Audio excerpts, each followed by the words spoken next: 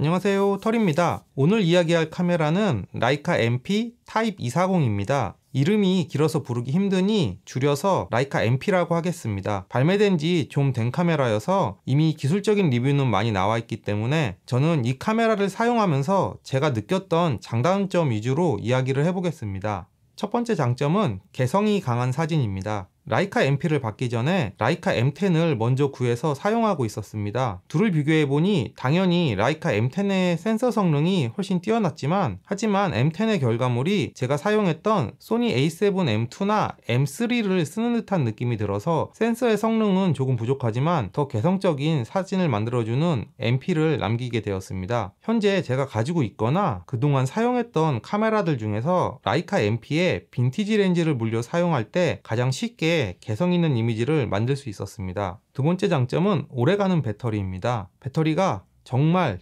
오래갑니다. 촬영할 때 셔터를 잘 안 누르는 습관이 있어서 그런지 저는 한두 달에 한 번 정도 충전을 했습니다. 충전 텀이 너무 길어지다 보니까 이게 내가 배터리를 사용하는 건지 방전되는 건지 헷갈릴 지경이었습니다. 다른 브랜드의 배터리와 비교를 해보면 상당히 크다는 것을 알 수 있습니다. 물론 가격도 2배 이상입니다. 세 번째 장점은 EBF입니다. 원래는 이중합치 방식을 사용해보고 싶어서 라이카를 샀는데 EBF를 사용한 후로는 거의 모든 사진을 EBF를 이용해 촬영하고 있습니다. EBF의 장점으로는 첫 번째로 광학 뷰파인더의 단점을 모두 극복하는 거에 있습니다. 광학 뷰파인더는 디지털 화면과는 다르게 노출이나 카메라 설정값 등이 적용되지 않습니다. 그냥 유리를 통해서 피사체를 보여주는 게 답니다. 정확한 결과물은 촬영 후 따로 확인을 해야 알 수 있습니다. 또 광학 뷰파인더로 보는 것과는 촬영된 이미지의 프레임이 조금 다릅니다. 때문에 정확한 사진의 프레임을 잡기 위해서는 항상 크롭을 생각해서 조금 여유롭게 촬영한 후 후보정에서 필요하다면 크롭을 해주어야 했습니다. EBF는 보이는 대로 찍히기 때문에 광학 뷰파인더에서 오는 두 가지 단점이 모두 해결되었습니다. 또 편하다는 장점이 있습니다. 무릎을 굽히거나 허리를 많이 숙이지 않고도 로우 앵글 촬영이 가능해져서 굉장히 편했습니다. 키 작은 아이들을 주로 촬영하는 아빠 사진사로서 EBF를 한번 사용해보니 그 편안함을 포기하기 힘들어서 항상 EBF를 장착해서 사용하고 있습니다. EBF를 사용하는 그 자체가 상당히 재밌습니다. 이게 약간 장난감 같기도 하고 기존에 안 하던 방식으로 촬영을 해서 그런지 그냥 EBF 사용하는 것 자체가 상당히 재밌습니다. 마운트 가능한 모든 렌즈를 사용할 수 있다는 장점이 있습니다. 광학 뷰파인더의 이중합치 방식이 아닌 포커스 피킹을 이용하기 때문에 그 라이카 M 마운트에 어댑터만 있다면 다른 마운트용 렌즈도 다 사용이 가능합니다. 상당히 저렴합니다. 라이카에 사용 가능한 올림푸스 EBF의 경우 중고가가 10만원 초반선에 구매 가능합니다. 라이카에서 10만원짜리 액세서리는 정말 진짜 저렴한 겁니다. 이건 그냥 이 카메라의 기능 중 하나인데요. 촬영을 하고 셔터를 누르고 있으면 금방 촬영한 사진을 LCD나 EBF에 보여주는 기능입니다. 버튼을 누르고 있는 동안은 이미지를 계속 보여주고 버튼에서 손을 떼면 이미지는 사라집니다.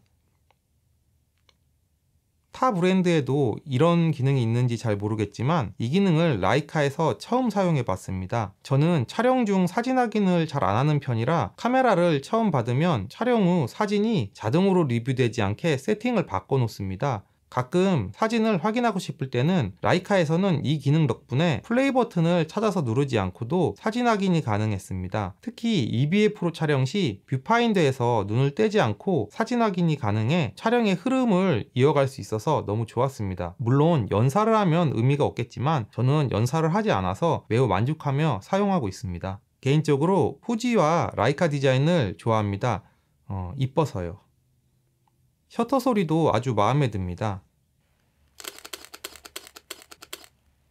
1954년 라이카 M 마운트가 발표된 이후 별다른 변경 없이 마운트가 유지되고 있습니다. 그 덕분에 수십 년간 발매된 수많은 렌즈들을 사용해 볼 수 있습니다. 여기 보시면 2022년에 판매되고 있는 렌즈들의 일부를 볼 수 있습니다. 중고로만 구할 수 있는 오래된 렌즈까지 합치면 정말 많은 렌즈가 있을 거란 걸 예측해 볼 수 있습니다. 이런 렌즈들을 하나하나 알아가고 써보는 것 또한 취미로서는 정말 즐거운 일인 것 같습니다. 라이카 MP만의 단점이라기보다는 이게 라이카 M 시스템 전체의 단점인 것이 많지만 그래도 한번 이야기를 해보겠습니다. 첫 번째로 렌즈의 최소 초점 거리가 상당히 깁니다. 라이카 M 마운트의 렌즈들은 보통 최소 초점 거리가 70cm 이상이라 사진 촬영 시 아이가 저에게 다가와 날린 사진이 생각보다 많았습니다. 그리고 더 가까이 다가가고 싶은데 이 최소 초점 거리 때문에 더 들이대지 못할 때가 많아서 좀 아쉬웠습니다. 광학 뷰파인더 관련된 몇 가지 단점을 이야기해 보겠습니다. 카메라에 흔히 있는 시도 조절 장치가 없습니다. 그래서 개인의 눈 상태에 따라 초점 잡기 난이도가 결정됩니다. 저는 시력이 나쁜 편은 아닌데 보조 장비 없이는 조금 힘들었습니다. 첫 번째 해결책은 뷰파인더 매그니파이어를 사용하는 겁니다. 이 매그니파이어를 장착하면 확실히 초점 잡기는 쉬워졌습니다. 하지만 여기에 몇 가지 단점이 있습니다. 장착하면 뒤로 튀어나와서 좀 걸리적거립니다. 또 뷰파인더가 확대되어서 초점 잡기는 쉬워졌지만 광각 렌즈 사용 시 뷰파인더에서 잘려서 안 보일 수가 있습니다. 두 번째 해결책은 EBF를 사용하는 것입니다. EBF를 사용하면 시도 조절 장치가 달려 있어서 문제없이 촬영 가능했습니다. 광학 뷰파인더를 보시면 여기 어디까지 촬영된다고 표시된 것이 있는데 이게 실제 결과물과 촬영되는 영역이 조금 다릅니다. 광학 뷰파인더로 촬영 시에는 저는 약간 넓게 촬영하고 필요하면 후보정으로 크롭을 해주었습니다. EBF를 사용하면 보이는 대로 찍히기 때문에 이런 문제로 속 썩일 일이 없습니다. 다음은 LCD에 관련된 단점을 이야기해 보겠습니다. LCD 성능이 좋지도 않고 포커스 피킹 옵션도 부족합니다. 그래서 LCD를 보면서 포커스 피킹을 이용해 촬영하기가 힘들었습니다. 소니 A7S의 경우 LCD가 안 좋아도 이렇게 틸트를 해서 LCD 화면에 빛이 반사되는 것을 줄인 후 촬영이 가능했습니다. 라이카는 LCD가 고정이고 성능도 그닥이라 저는 LCD를 보면서 아이 사진 찍는 거는 그냥 포기했습니다. 같은 이유로 로우 앵글 촬영이 매우 힘듭니다. 물론 이 모든 문제가 EBF를 사용하면 간단히 해결됩니다. 저는 모든 카메라를 오직 로우 파일로만 촬영합니다. 라이트룸으로 불러오기 위해서 이미지를 선택할 때 미리 보기 이미지 파일이 너무 작아서 이 이미지를 가지고 사진을 선택하기 힘들었습니다. 그래서 우선 모든 사진을 라이트룸으로 들여온 후 그 라이트룸에서 새로운 미리 보기 이미지를 만들었습니다. 그 다음에 남길 이미지를 선택하고 지울 건 지웠습니다. 큰 문제는 아니지만 사진을 선택하고 일부만 들여오는 것보다는 손이 더 많이 가는 건 사실이라 아쉬운 점이었습니다. 타기종의 로우 파일과 미리 보기 이미지를 비교해 보면 확실히 작은 것을 알 수 있습니다. 다음으로 센서 성능에서 오는 단점을 이야기해 보겠습니다. 요즘 센서와 비교해서 센서 성능이 부족하기 때문에 컬러 사진을 촬영할 때는 제약이 조금 있습니다. 개인적인 의견이지만 컬러 사진은 ISO 1600까지는 안전하게 사용 가능하다고 생각합니다. 노이즈 제거 프로그램으로 처리를 한다면 ISO 3200과 6400 사진도 사진에 따라 쓸만한 경우가 많았습니다. 흑백 사진의 경우 노이즈 입자감이 괜찮은 편이어서 6400으로도 충분히 사용 가능했습니다. 그립감은 별로입니다. 손에 걸리는 부분도 없고 바디도 무거운 편이라 오래 들고 있기 조금 부담스러웠습니다. 엄지 그립이나 기타 액세서리도 있긴 하지만 저는 사용하지 않아서 어떤지 잘 모르겠습니다. 그나마 라이카 M 마운트 렌즈들이 가벼운 편이라 카메라의 무게중심이 좋아서 사용하는데 크게 힘들지는 않았습니다. 메모리 카드나 배터리를 교체하기 위해서 합판을 분리해야 합니다. 큰 문제는 아니지만 조금 번거롭습니다.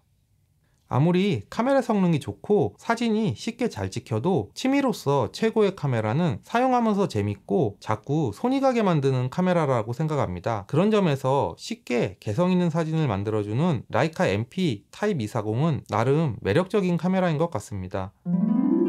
제 아이들이 조금씩 커서 이제 약간의 여유가 생기는 것 같습니다. 그래서 다음 영상으로는 색 관련된 강좌를 시리즈물로 준비하고 있습니다. 초보분도 이해할 수 있도록 배경 지식부터 다뤄볼 생각이고요. 우선 한 달에 하나 정도의 영상을 뷰로 올려보려고 합니다. 제가 10월에는 한국에 있기 때문에 11월부터 하나씩 올릴 계획입니다. 혹시 궁금한 게 있으시거나 다뤘으면 하는 내용이 있으면 아래 리플로 남겨주시면 웬만하면 제가 다 다뤄보도록 하겠습니다. 오랜만에 올린 영상인데 봐주셔서 감사합니다. 그럼 즐거운 사진 생활 하세요. 빠빠이.